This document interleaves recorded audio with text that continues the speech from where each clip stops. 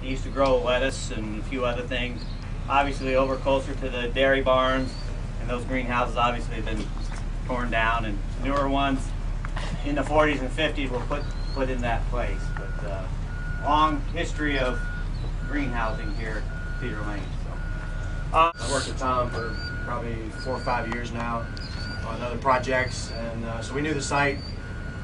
There was previous DOE support with the clean coal boiler, so it was a nice choice to come and demonstrate a technology to try to utilize carbon dioxide that's coming out of the boiler from the coal combustion. Use that to grow algae and turn it into fuel and other products. So we have a project here with DOE support, and I'll show you a little bit about that. We've got a little bit going over in one of the other greenhouses, just some temporary testing algae ponds that we were using. We have some more facilities down in West Virginia. The taste of our chicken and the feed that we put in our chicken. We get the first chicken, that's one of our taglines. We got the first chicken that tastes like chicken, and we can prove it. We get a lot of letters. Believe it or not, we get a lot of letters from a lot of people, for whatever reason, send us stuff in the mail, emails, whatever. The taste is like it should be, a good natural taste without all the processes other companies' chickens have gone through. And again, when you get a Gerber Poultry piece of chicken from Gerber Poultry, it's all meat. There are no fillers, we don't enhance it with water. If you go to some grocery stores and pick up the chicken packages, those packages are just full of water.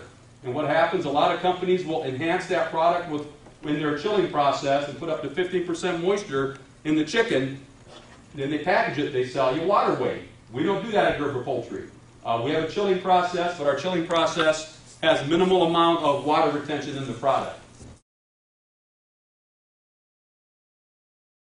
We started changing from the tethered calf to the non-tethered group housing 4 or 5 years ago. We began that process here at these research facilities.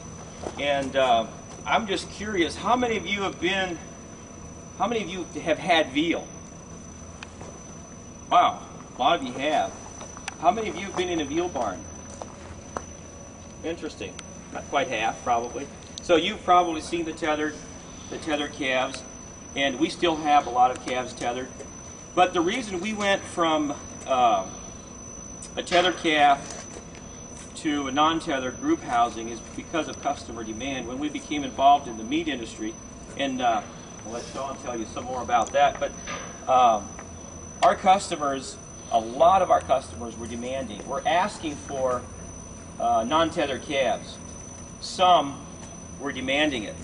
So we saw the future is we're going to have to change, and there's a restaurant chain, Olive Garden, for example, that took veal off their menu because they were, in their terms, they were treated humanely. We really look forward to getting back onto that, onto the menu for Olive Garden. But it'll take some time.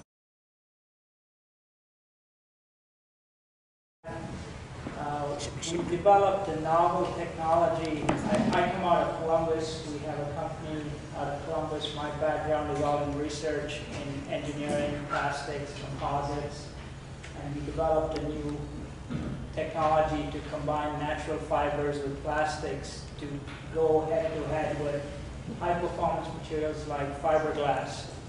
And then once we developed the technology, the next stage was, does this have value in the marketplace? Can you commercialize it? How do you use it? Where do you put a manufacturing plant? And that happened through a partnership, the public-private partnership. Us, as a new venture, National Fiber Composites Corporation, is now about 2.5 years old.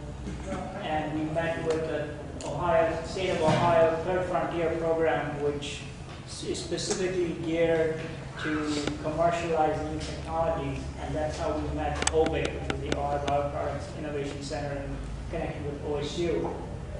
OSU and OBIC, Stephen Myers, brought us here to this to Wooster for the Ag Campus, and since then we've been here. Our plant is here. We've started our manufacturing. I have a colleague of mine here with me, Mike Krause.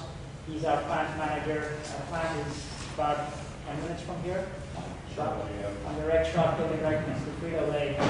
So with that, what I'd like to do is to give you an overview of what we do and why it's unique or why it's different.